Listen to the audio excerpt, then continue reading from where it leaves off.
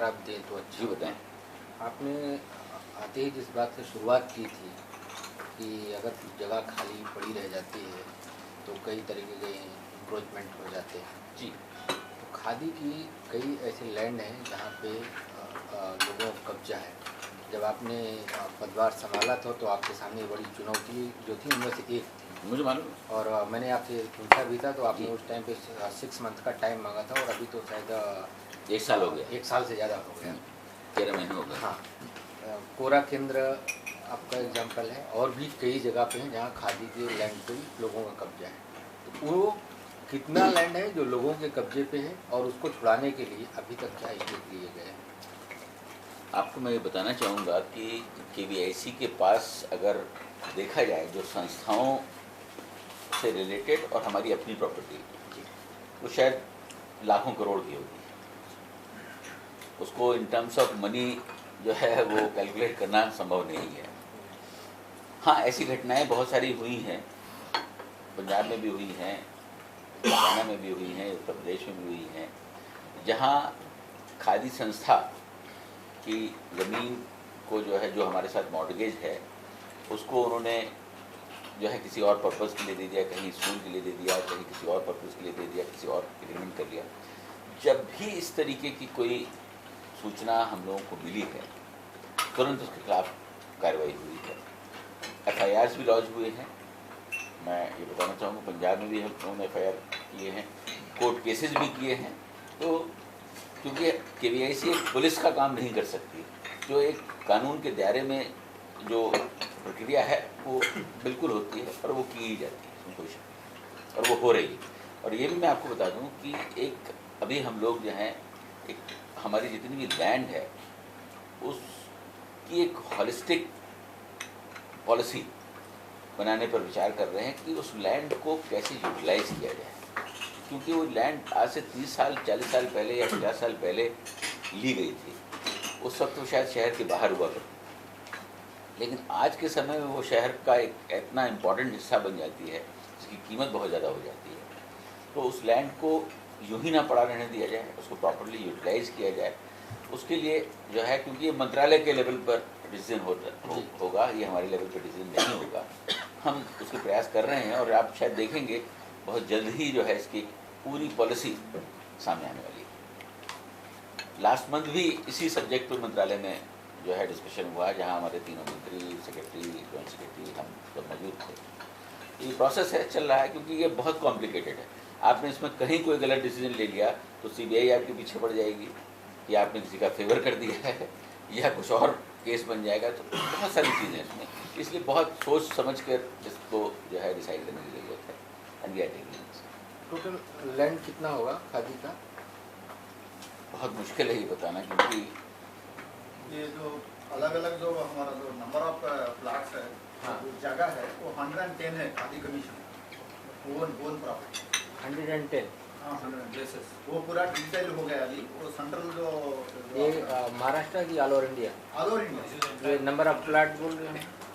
Number of तो area नहीं, अलग अलग 110 प्लाट पूरे देश में। एरिया 110 साइट्स है हमारा, मतलब 110 जगह आपकी। हाँ, जगह है।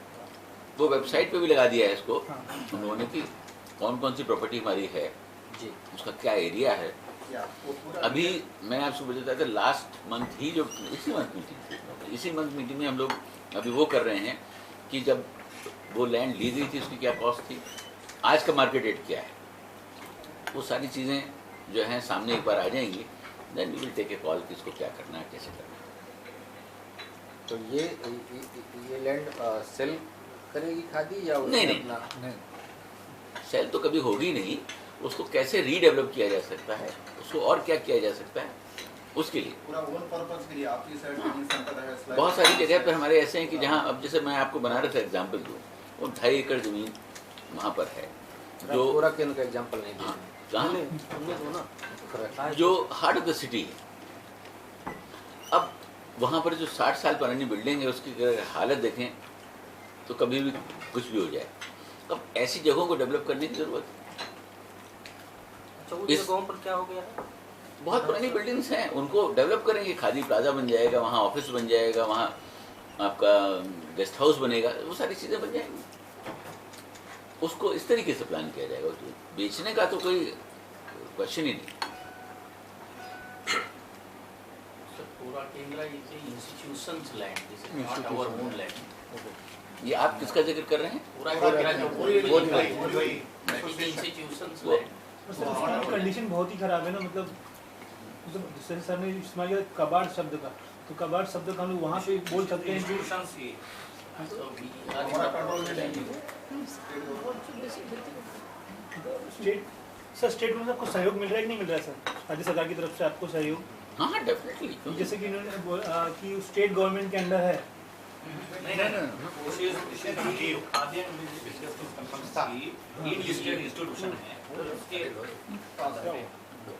सर बढ़ावा के लिए आपको दो चीज़ें हैं हमारी जो प्रॉपर्टी है वो दो तरीके की है। एक तो केवीआईसी की ओन प्रॉपर्टी, जैसे ये प्रॉपर्टी है ओन प्रॉपर्टी, मैंने आपको बनारस एग्जाम्पल दिया, वो ओन प्रॉपर्टी, और भी ऐसी बहुत जगह हैं। एक वो प्रॉपर्टी है जो खादी इंस्टीट्यूशंस को दिलाई गई, जो हमारे साथ मॉर्गेज है, वो प्रॉपर्टी हमारे साथ मॉर्गेज है। खादी इंस्टीट्यूशन उसको हमारी परमिशन के बगैर बेच नहीं सकती, किसी को दे नहीं सकती, लेकिन ऐसा होता है, लोगों ने किया है और उसके खिलाफ एक्शन लिए गए हैं, उनके लाइसेंसेस तक कैंसिल किए गए हैं, बहुत सारी ऐसी इंस्टीट्यूशंस हैं। तो आप जिसका जिक्र कर रहे हैं वो केवाईसी की ओन प्रॉपर्टी नहीं है, हाँ सर। वो इंस्टीट्यूशन की प्रॉपर्टी है। बनारस में कहाँ है वो 250 एकड़? वो तलियाबाग, तेलियाबाग। तेलियाबाग, तेलियाबाग। तलियाबाग या तेलियाबाग ऐसे कुछ नाम है उसका।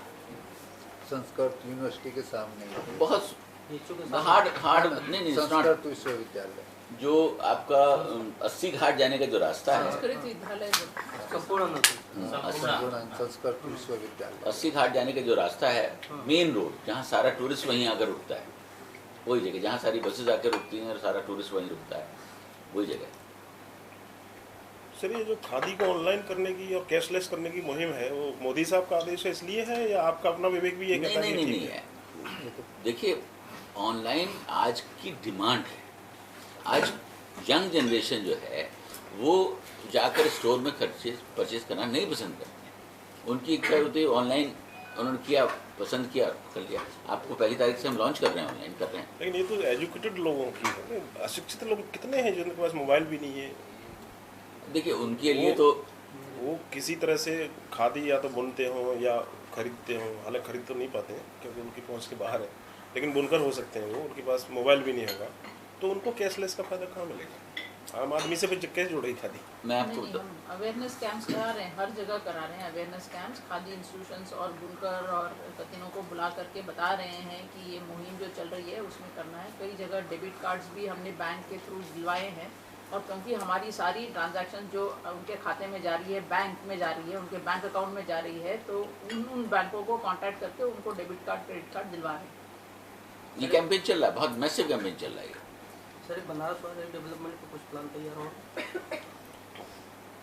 चल रहा है इसको तो, लेकिन थोड़ा समय लगेगा उसमें। दैट इज ऑन कार्ड, इसमें कोई शक नहीं। ये सर रीडेवलपमेंट के लिए और डेवलपमेंट के लिए कुछ फंड अलग से बजट अलॉटमेंट किया गया है क्या?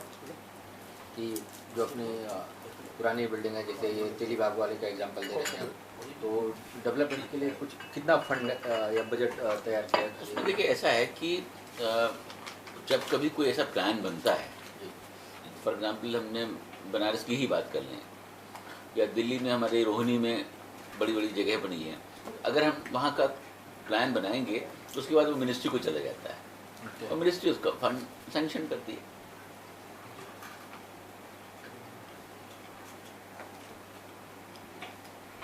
सर आरईसी का एग्रीमेंट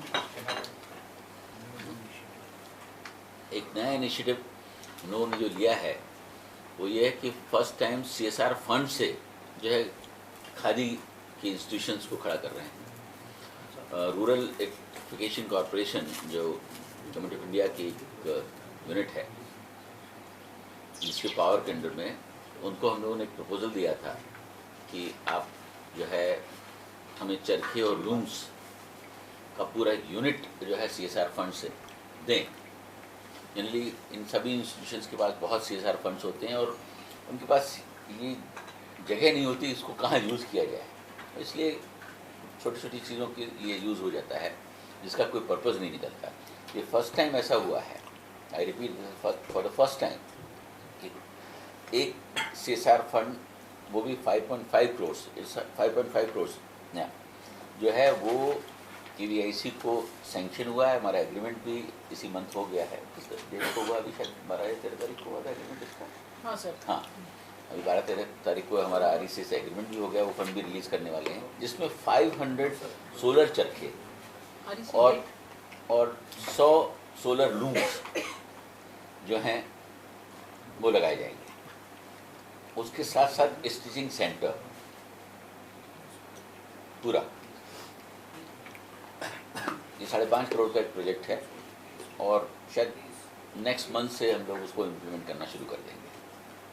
20 से 21 का था ना? 20 या 21 को आपने शायद एग्रीमेंट साइन किया। हाँ, ये सारा जो फंड ये किसके डिपार्टमेंट से मिला? मैंने आपको बताया रूरल इलेक्ट्रिफिकेशन कॉर्पोरेशन REC 21 को, अभी ये भी 21 को एग्रीमेंट हुआ है इसका। मतलब सर, मतलब बोलते इसके बाद से चरखा और जो सोलर का आप लोग बनाने निर्माण शुरू कर देंगे आप लोग, ये इंस्टीट्यूट खड़ा होने के बाद से? नहीं, इसमें ऐसा है कि चरखे और looms, stitching machines, carding machine, जो उसका एक पूरा यूनिट होता है, उसका पेमेंट वो करेंगे, फंड हमें देंगे, और परचेज तो हमारी जो खादी की जो रिकग्नाइज इंस्टीट्यूशन से जो चरखे और लूम्स बनाती हैं उन्हीं से लिया जाता है।